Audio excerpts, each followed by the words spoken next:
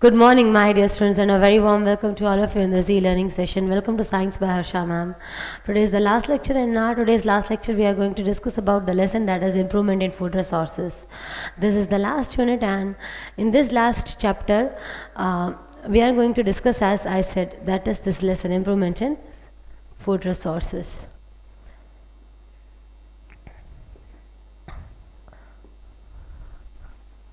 This is your quick revision session of biology, and this is the lesson which we are going to do.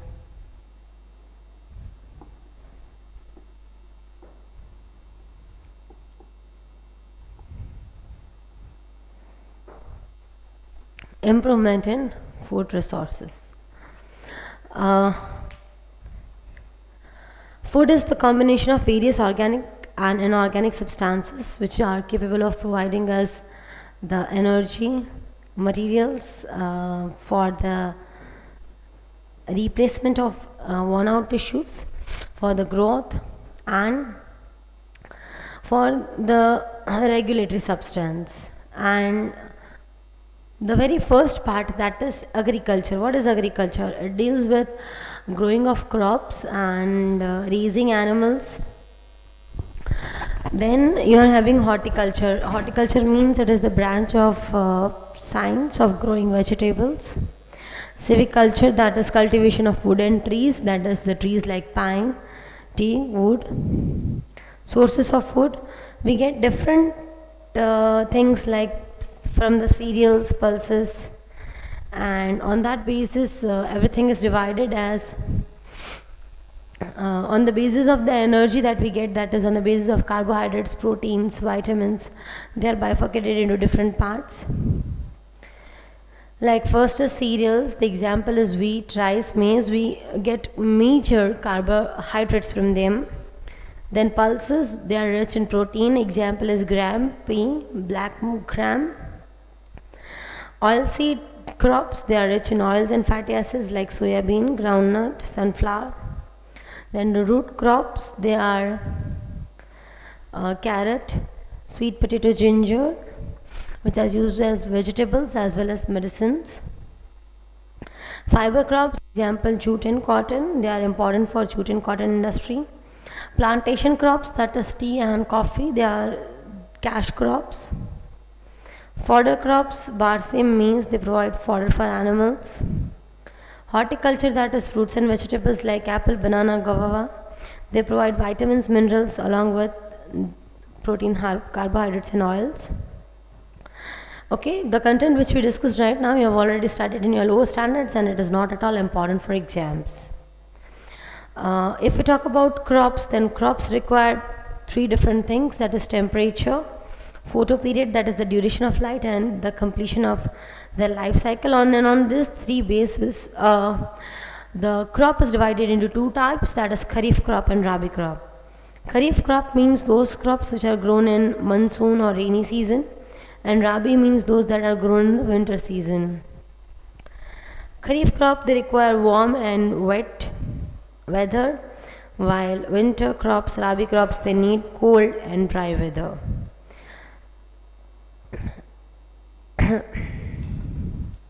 If we talk about kharif crop, then they are sown in June and July, while these are sown in October or November. Example, rice, jowar for kharif crop and wheat, barley for rabi crop. Next is improvement in crop yield. Crop yield means how much proportion of crop is obtained from a particular area, from a particular field, and that depends on three things, that is varietal improvement of the crop through genetic manipulation, crop production, and crop protection management. And on that basis only the entire lesson is understood. If we talk about improvement in crop yield, then there are 9 steps in which the crop is grown. First is preparation of soil, then sowing it, irrigation, that is watering it, applying manures and fertilizers, controlling the weeds, protecting the crop, harvesting, threshing, winnowing, storing, as well as improving it. These are the ways these are the stages in which the crop is grown. Now, how can we increase the crop yield by genetic manipulation?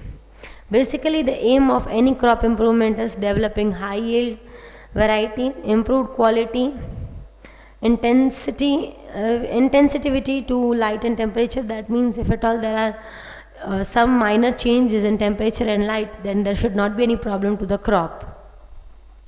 Wider adaptability, launching resistant varieties, and desirable agronomic characters. Coming to the aims of plant breeding, then they are high yield, providing resistance to heat, frost, drought, pest resistance, and early maturing varieties.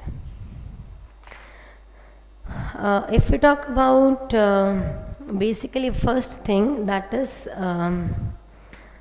taking of superior varieties of crop plants from their natural cultivation, and then we can grow them. That is how we can improve the crop yield. Second is how can we select the seeds. Selection, it is the process in which economic plants have best desired characters. They are picked from the given population and then they are cultivated. Okay, whatever is the best, whichever seed is the best, that is taken and then it is sown. Hybridization, it is crossbreeding of two genetically dissimilar varieties of crop. Two different parents are taken. Like for example, if you want to have a pink rose, then red rose is taken and white rose is taken and they are mixed. Chinese lemon, what is that? It is mixture of orange and lemon. All these things are, it looks like orange but it tastes like lemon. That is Chinese lemon. So different breeds are gathered and you get different outputs. Green Revolution was the process by which India's production of wheat, rice, maize and several other food grains was tremendously increased. India, which was earlier said to carry a begging bowl, is now claiming self-sufficiency. The revolution was due to the new agricultural technologies, thereby yielding hybrid varieties of wheat and rice, which are grown in India. Fertilizers and pesticides were used. Irrigation facilities were improved and Dr. M.S. Swaminathan, he played a key role in bringing the Green Revolution in India. Padma Vibhushan Professor Dr. M.S. Swaminathan, he is called as the father of Green Revolution. He stressed the need of reorientation of breeding program and his work led to the era of dwarf varieties in India. Next is crop protection management. In order to improve and manage our crops, crop production system came into existence. Successful crop production depends upon understanding how crops develop and grow, how various factors affect the growth and development of crops, how each factor can be modified and managed. Now, what are the approaches for crop production? They are nutrition management, irrigation and cropping patterns. If we talk about nutrient management, then there are 16 nutrients which are needed by any of the crop. And those 16 nutrients names are as follows: carbon, iron, hydrogen, manganese, oxygen, boron, nitrogen, zinc, phosphorus, copper, potassium, molybdenum, magnesium, chlorine, sulfur and calcium. Among those, from air we get carbon and oxygen, from water we get hydrogen, rest are obtained from soil to the nutrient to the plant. Now those nutrients which are required in lesser quantity, they are called as micronutrient, and those which are required in more quantity, they are called as macronutrient. Out of the 16 essential nutrients, some are required by plants in relatively large amounts and they are called as macronutrients or major elements, while some are needed in small quantities, they are called as micronutrients. And deficiency of nutrients affects the physiological process in plants as well as in the reproduction, growth and susceptibility of disease. And to overcome the deficiency of the nutrients, soil can be enriched by adding manures and fertilizers. Okay, so next is about manure. And remember the difference between in this lesson, the difference between mineral and fertilizer is important.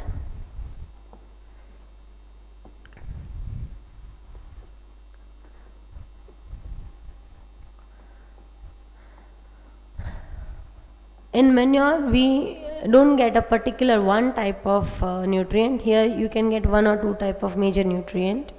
This is a inorganic one. This is organic one. This is having a side effect. This doesn't have side effect. That means this is harmful to the soil, and this is not at all harmful to the soil. These are some of the main types, main things. Manure is mixture of various decomposed organic substances like dry, dead leaves, city garbage, agriculture waste, animal dung, etc.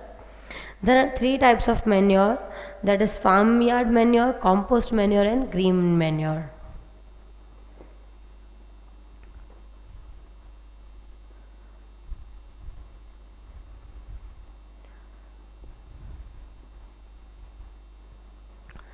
If we talk about fertilizers, then they are nitrogenous,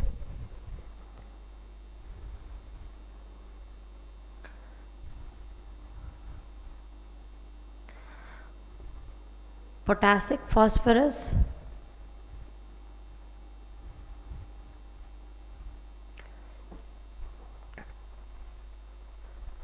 then potassium and NPK. There are many, but these are famous one. NPK, that is nitrogen, phosphorus and potassium majorly, and urea is also there, but this is what is given in your book. Manures are not nutrition specific.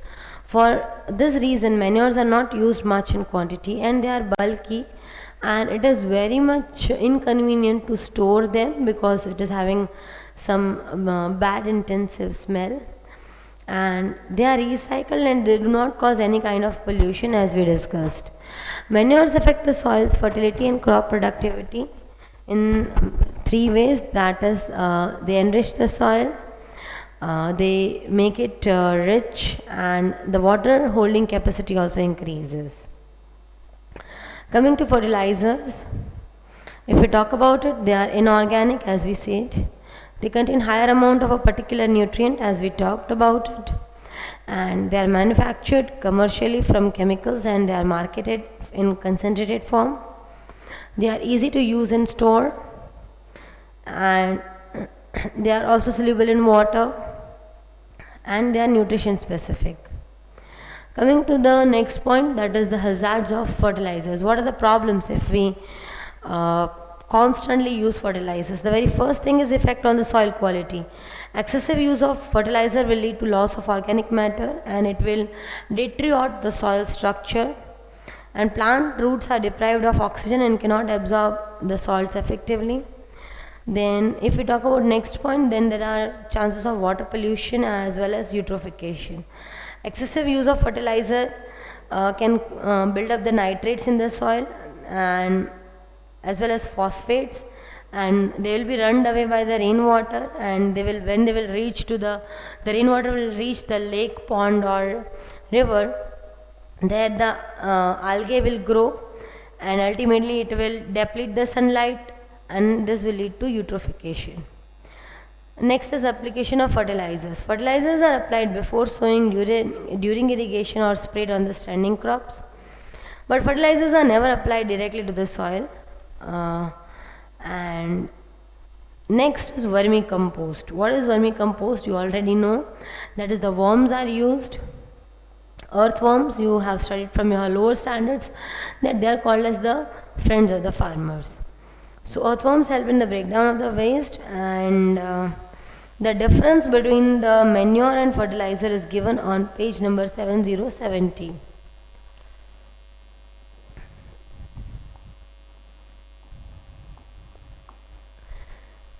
Okay, we have already discussed, and this is one of the important answers for exam. Okay, and I am giving you 2 minutes time to read it from the assignment itself. It's on page 70 of the assignment. Read it. After that we will move further on the next part, that is biofertilizers.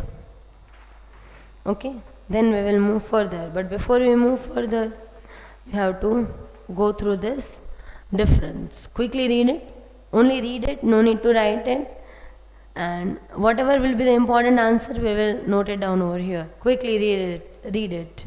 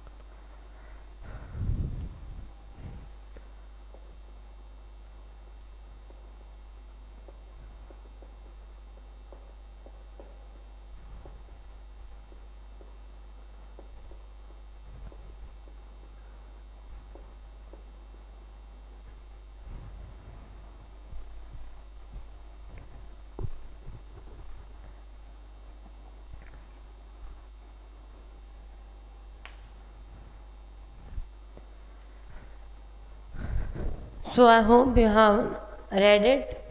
Whichever will be the important answer, as I stated, we will discuss it and we will write the important answers for exams. At least we will discuss the questions. Next is biofertilizers, that are the microorganisms like bacteria, algae, and fungi, which are used to enrich the soil. Example is legume, azolla, free living bacteria, cyanobacteria, and microsia. You don't need to memorize the names. Next is organic farming, that is cultivation of land without conserving soil fertility and soil structure would lead to ultimately the development of the deserts, and excessive use of fungicides and herbicides is done, and that can ultimately create a problem. Population of the soil organism will also be affected. There will be increase in the occurrence of cancer and other disease, and there are some problems, and scientists are greatly concerned about these problems, and attempts have been made to use ecological farming or organic farming. So it is the farming in which chemical fertilizer, herbicides or pesticides use is minimized, and manures, recycled farm waste, biofertilizers are used. Neem leaves and turmeric are used as biopesticides specifically in order to store the food grains. Now, what are the advantages of organic farming? Natural ecosystem is not disturbed, as well as organic farming is the harmony with the natural ecosystem. Soil fertility is preserved, and harmful effects of chemicals on the living organisms are avoided. Pollution of air, water, and soil does not take place. Moving on the last part, that is irrigation. Irrigation means what? You are supplying water. Now, what are the ways to supply water? Uh, Irrigation is basically depending on two things, that is crop based and soil based. Depending on the requirement of the crop, the water is provided, and depending upon the soil, the water is provided. For example, paddy crop is requiring standing water, and if there are two wheat crops, one is grown in sandy and another one is grown in clay soil, then sandy will need more irrigation as compared to the clay soil. So irrigation depends on two things, that is soil as well as the crop. If we talk about irrigation system, then in that we are having the very first one, that is canal system. It is it usually receives water from the rivers, and that is canal. From there it goes to branch canal. From there it goes to field channels. Then it will irrigate individual facilities or a group of fields. Rotation system called water bandi or water delivery method is allowed in the canal irrigated areas. Then comes tanks. Tanks are usually small water storage reservoirs. Then comes wells. They are dug and constructed where groundwater is exploitable. Dug wells, in which water is collected from water bearing strata at the bottom, and then water from these wells is lifted up, especially mechanically it is lifted. Then tube wells, they are dug into the deep strata into the ground, and groundwater is fetched by using the machines. River lift system, that is directly from the river, the pipes are kept in the river, and from there the water is allowed to flow. Sprinkler irrigation system, which you might have seen in Aksharwadi. एक ही फुवारा होता है, and there is a nozzle which is revolving, and many crops are planted together. Next is drip irrigation, drop by drop. The water is provided. Again, you can see this type of irrigation system at Aksharwadi. Next answer, important answer, that is explain the cropping patterns.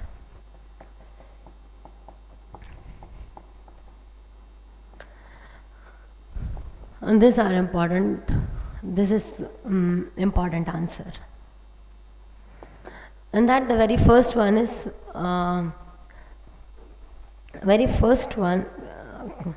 mixed cropping, intercropping, and crop rotation. These are three.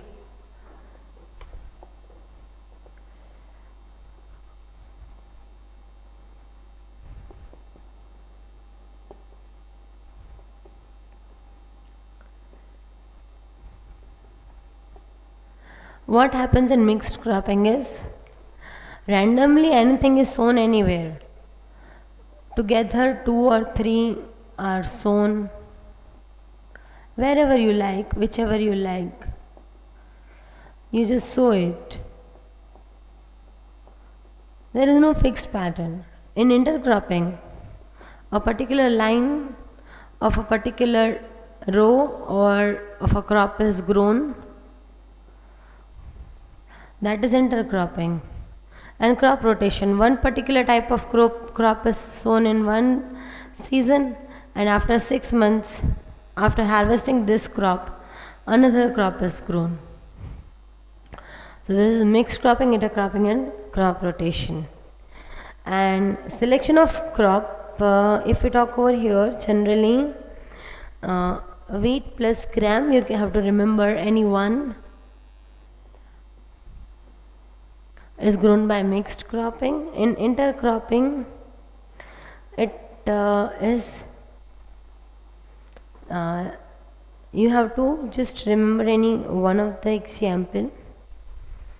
They are generally grown in one is to another one is to one ratio, or 1:2 ratio, or 1:3 ratio. Sowing is done in rows over here. And as we talked about crop rotation, in one season one is grown, and in another season another is grown. This is on page number 72.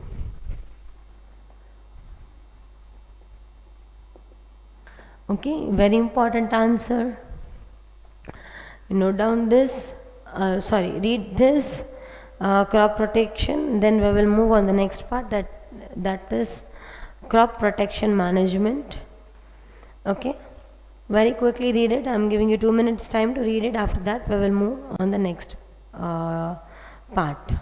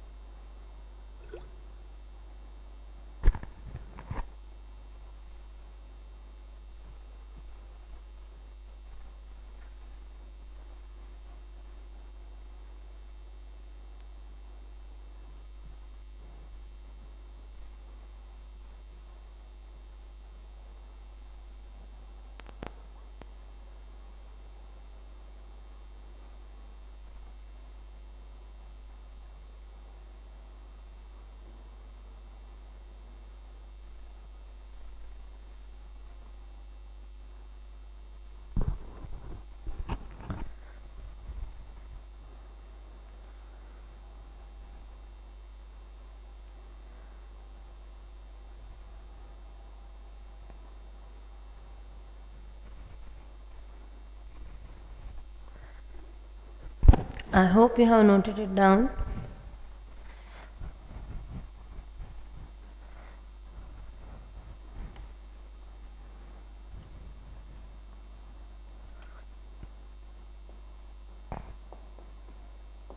This is second important answer from the lesson. Moving further, crop protection management. How can we protect the crop, and from what we have to protect the crop? We have to protect the crop from the pest, pathogen and weeds. For pest, we are using pesticides. For fungi, we are using fungicides to kill fungi, weedicides to kill weeds, rodenticides to kill the rods, that is rats and moles, and nematicides to kill all the nematodes. Now, what are nematodes? You have studied in biodiversity lesson. And insect and pest control. Some insects are very serious pests, and they can be eliminated by adding different chemicals. Weed control can be done by two methods. That is mechanical method, that is directly pulling it up. Second one is chemical method, that is Applying chemicals like 2,4-dinitrophen, biological method, that is cassia plant, it will prevent the growth of paranthemum weed. So these are the ways by which crop can be protected. Next is storage of food grains. Food grains should be stored so that we can use it whenever we wish. And there are many biotic as well as abiotic ways by which the crop can be hampered. Insects, pests, grasshopper, they can damage the crop, as well as temperature, moisture, humidity can damage the crop. And preventive measures are dry them, maintain the hygiene, plant product treatment, improve storage structure. Then you are having control measure, that is pest can be controlled by use of chemicals called pesticides. Fumigation is the convenient and effective method for pest control. And fumigants, they are volatile chemicals which quickly vaporize and result into the fumes which kill the insects. Okay, with this entire concept of crop production gets over. Moving on the next part, that is animal husbandry. Animal husbandry, actually animals mainly are used for three things, that is milk, egg, meat and honey. These are the four main practices which are involved for keeping of animals or animal husbandry. If we talk about their stages, then the very first one is the breeding, that is to obtain animals with the desired characters. We can develop high milk yielding and high meat yielding cattle. Then feeding, it deals with giving the food to the animals. Weeding, that is eliminating all the unimportant things. Then heeding, it means taking proper care. So these are how ways by which we can maintain the plants. Most notable effort for dairy development and milk production in India is being carried out by NDDB, that is National Dairy Development Board, and it is called as Operation Flood, by which enormous amount of milk is produced. Moving on the next part, that is white revolution. What is white revolution? Just in the case of crop increase, bumper production in the crop, we are having in the same way bumper means excessive proportion of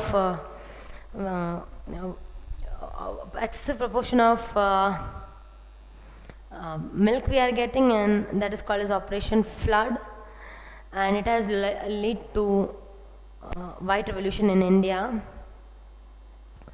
Dr. V. Quane is credited with the designing and development of the largest dairy development program.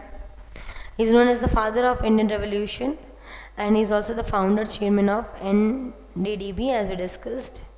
Then what is silver revolution? It leads to the tremendous increase in the production of eggs and meat. And blue revolution, it leads to tremendous increase in the production of fish. Then we are having the names of different breeds of cows, no need to remember. All are used for different purpose. Some are used for milking, some are used for meat, some are used for doing the work. And they can be indigenous breed or foreign breed, and we can get a mixed breed. Cattle like cows and buffaloes, they are generally used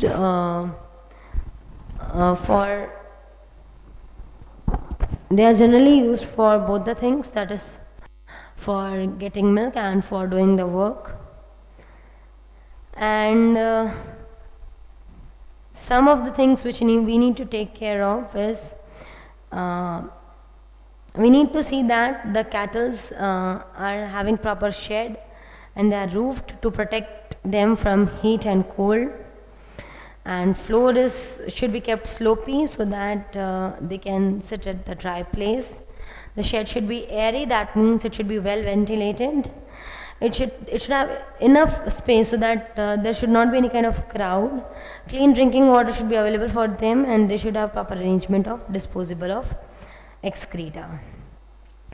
And various types of animal farming are there, like cattle farming, poultry farming, fish farming and bee farming. Cattle farming we talked about, that is either milk or drought, that is they need all for work or for milk. The names are given, you don't need to remember. Disease of cattle. A healthy animal can be recognized if it is properly feeding, if it is in the normal way, it is behaving, if its body temperature is normal, respiration rates are normal. And how can we know that any person is not well? They are generally lazy, they are becoming lazy, they don't get up, they have mood swings, they do not eat properly. Same are applied to the animals. So there is nothing new over here. Disease caused by them of three types. It can be parasitic, it can be infectious, or it can be non-infectious. What should be done so that they do not get any kind of disease? Provide proper shelter, ensure animal hygiene, periodic screening of animals should be done, provide them proper diet, hygienically handle them, and compulsory vaccinate them. Next, we are having poultry farming, that is raising the chickens, ducks, and geese for egg and meat. And egg laying poultry is called as a layer, and if it is raised for meat, it's called broiler. And here also some indigenous and exotic breeds are given, you don't need to memorize the name. Next is how can you improve the poultry farming? Then develop new varieties, number and quality of chicks should be increased, summer adaptation capacity should be increased, and dwarf boilers are present for commercial chick production. Next is poultry disease. They may suffer from many diseases like bacteria, fungi, and they can be prevented by proper cleaning, sanitizing, and spraying of disinfectants. Investment involved is very small, area required is small, maintenance is easy, and returns are very quick. Next, we are having fish farming or pisciculture. Capture fishing or culture fishing. Capture, it comes from natural resources, and culture fishing, it is generally done in lakes, ponds, and marine fishes. Our freshwater edible fish is including many names are given, and you don't need to memorize even those names. Marine fisheries, you know that India is gifted by a big coastline of about 7,500 kilometers. And famous varieties of fish are pomfret, bombiduck, etc. And some marine fish of high economic value are also farmed in seawater. And marine fish culture is called as mariculture. Inland fisheries, freshwater reservoirs, it includes canals, ponds, reservoirs, and reserves. Last part is bee farming, that is apiculture, that is rearing of bees for honey is called as apiculture.